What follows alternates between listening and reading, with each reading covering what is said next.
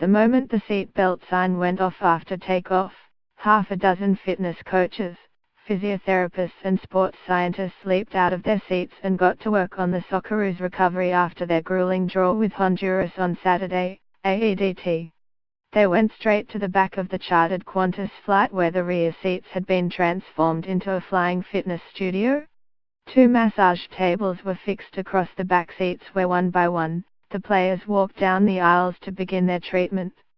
Flying above the Central American Peninsula and then the Pacific Ocean, they undertook the first stage of their warm-down and recovery after playing in the hot, humid conditions in San Pedro Sula on a soggy, loose pitch that left the players' hamstrings and calf muscles aching considerably more than usual. Some players suggested it was the worst pitch they had played on in their careers. One claimed it was easier to run on sand than the paddock at the Estadio Olímpico. They took turns being massaged on the tables at the back before having short sessions with the national team's chief physio, Lay Jealous. No stone was left unturned on the lavish chartered flight provided by Football Federation Australia to give the Socceroos every chance possible to qualify for the 2018 World Cup in Russia by gaining a major fitness advantage over Honduras before the second leg in Sydney on November the 15th. It cost the FFA $250,000 more than the price of commercial flight options from San Pedro Sula to Sydney. The attention to detail was something to be marvelled.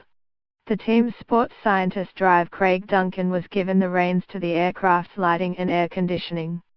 For the first 5 hours, the lights were turned up to their brightest level to help the players stay awake and begin their adjustment to the 17-hour time difference between Honduras and Sydney.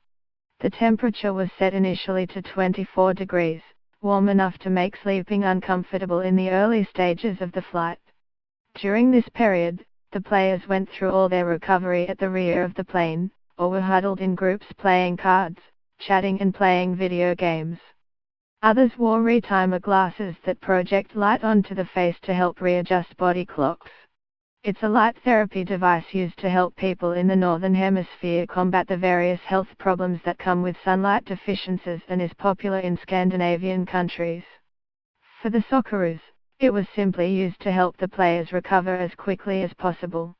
Midway through the first leg of the journey, the lights began to dim and the temperature dropped slightly as bedtime beckoned.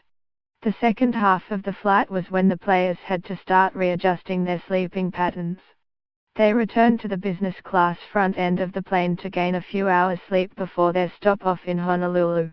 After landing, the players went through stretching exercises inside the terminal in the space around their gate, in between chairs and in walkways. While waiting for the plane to refuel, they swapped the retimer eyewear for orange shade glasses designed to help assist with sleep.